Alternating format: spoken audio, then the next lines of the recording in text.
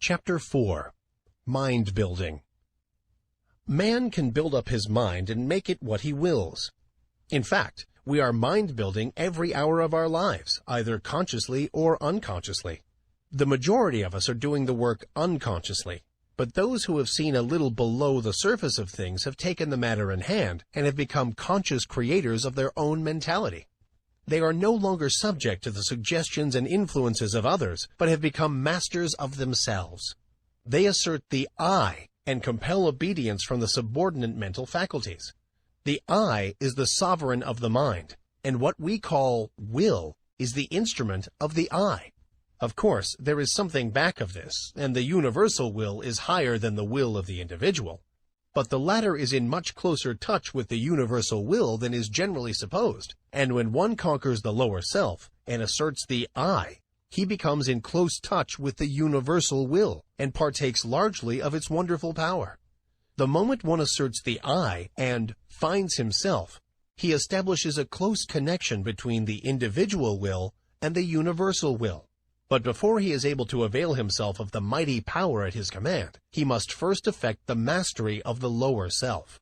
Think of the absurdity of man claiming to manifest powers when he is the slave of the lower parts of his mental being, which should be subordinate.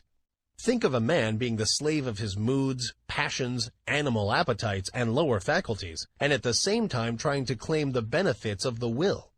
Now, I am not preaching asceticism, which seems to me to be a confession of weakness. I am speaking of self-mastery, the assertion of the I over the subordinate parts of oneself.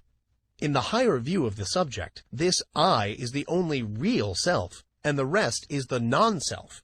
But our space does not permit the discussion of this point, and we will use the word self as meaning the entire man. Before a man can assert the I in its full strength, he must obtain the complete mastery of the subordinate parts of the self. All things are good when we learn to master them, but no thing is good when it masters us. Just so long as we allow the lower portions of the self to give us orders, we are slaves. It is only when the I mounts his throne and lifts the scepter that order is established and things assume their proper relation to each other.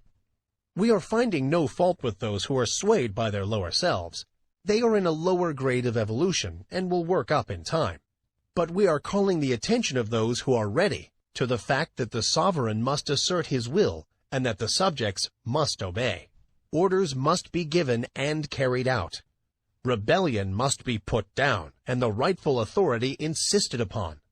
And the time to do it is now. You have been allowing your rebellious subjects to keep the king from his throne. You have been allowing the mental kingdom to be misgoverned by irresponsible faculties. You have been the slaves of appetite, unworthy thoughts, passion, and negativeness. The will has been set aside, and low desire has usurped the throne. It is time to re-establish order in the mental kingdom. You are able to assert the mastery over any emotion, appetite, passion, or class of thoughts by the assertion of the will.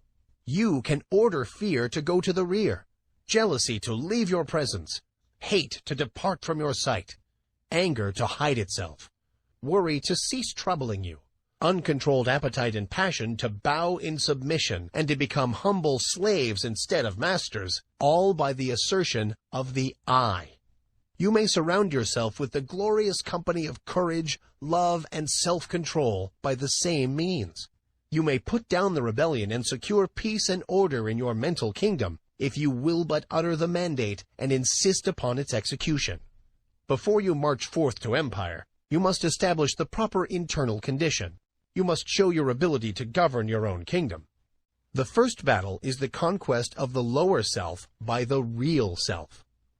Affirmation. I am asserting the mastery of my real self. Repeat these words earnestly and positively during the day at least once an hour, and particularly when you are confronted with conditions which tempt you to act on the lines of the lesser self instead of following the course dictated by the real self. In the moment of doubt and hesitation, say these words earnestly, and your way will be made clear to you. Repeat them several times after you retire and settle yourself to sleep. But be sure to back up the words with the thought inspiring them, and do not merely repeat them parrot-like. Form the mental image of the real self, asserting its mastery over the lower planes of your mind. See the king on his throne. You will become conscious of an influx of new thought, and things which have seemed hard for you will suddenly become much easier. You will feel that you have yourself well in hand, and that you are the master and not the slave. The thought you are holding will manifest itself in action, and you will steadily grow to become that which you have in mind. Exercise. Fix the mind firmly on the higher self and draw inspiration from it when you feel led to yield to the promptings of the lower part of your nature. When you are tempted to burst into anger, assert the I, and your voice will drop. Anger is unworthy of the developed self. When you feel vexed and cross, remember what you are, and rise above your feeling. When you feel fearful, remember that the real self fears nothing, and assert courage. When you feel jealousy inciting, think of your higher nature and laugh. And so on, asserting the real self and not allowing the things on the lower plane of mentality to disturb you. They are unworthy of you and must be taught to keep their places. Do not allow these things to master you. They should be your subjects, not your masters. You must get away from this plane, and the only way to do so is to cut loose from these phases of thought which have been running things to suit themselves. You may have trouble at the start, but keep at it, and you will have that satisfaction which comes only from conquering the lower parts of our nature. You have been a slave long enough. Now is the time to free yourselves. If you will follow these exercises faithfully, you will be a different being by the end of the year, and will look back with a pitying smile to your former condition. But it takes work. This is not child's play, but a task for earnest men and women. Will you make the effort?